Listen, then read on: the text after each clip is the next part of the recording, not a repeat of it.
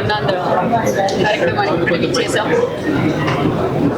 అగ్రరాజ్యాల్లో మన దేశం కూడా ఒకటి ఉండాలి అనే గొప్ప సంకల్పంతో, ఎందుకంటే 2047కి మనకు స్వాతంత్రం వచ్చి 100 సంవత్సరాలు అవుతుంది. 100 సంవత్సరాల్లో మనం అగ్రగామిగా ఉండాలనేదే ముఖ్యమంత్రి గారి, ప్రధానమంత్రి గారి ఆలోచన. అదేవిధంగా ముఖ్యమంత్రి గారి ఆలోచన.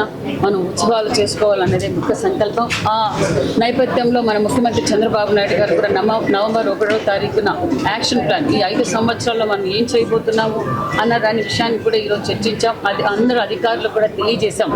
ఈరోజు మన సత్యసాయి జిల్లాలో యాక్షన్ ప్లాన్ ఇవ్వండి, 5 సంవత్సరాల్లో మనం ఏం చేయగలం అనేది కూడా అందరికీ తెలియజేశాం.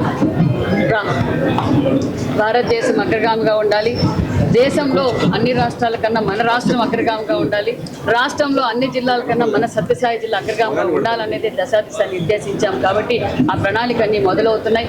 ఎందుకంటే మన సత్యసాయి జిల్లా రాష్ట్రం విడిపోయింది. రాష్ట్రం విడిపోయిన జిల్లా ఉమ్మడి జిల్లాగా ఉన్న అనంతపురం జిల్లాని సత్యసాయి జిల్లాగా మార్చారు. కాబట్టి సత్యసాయి జిల్లా వెనకబడిన ప్రాంతం.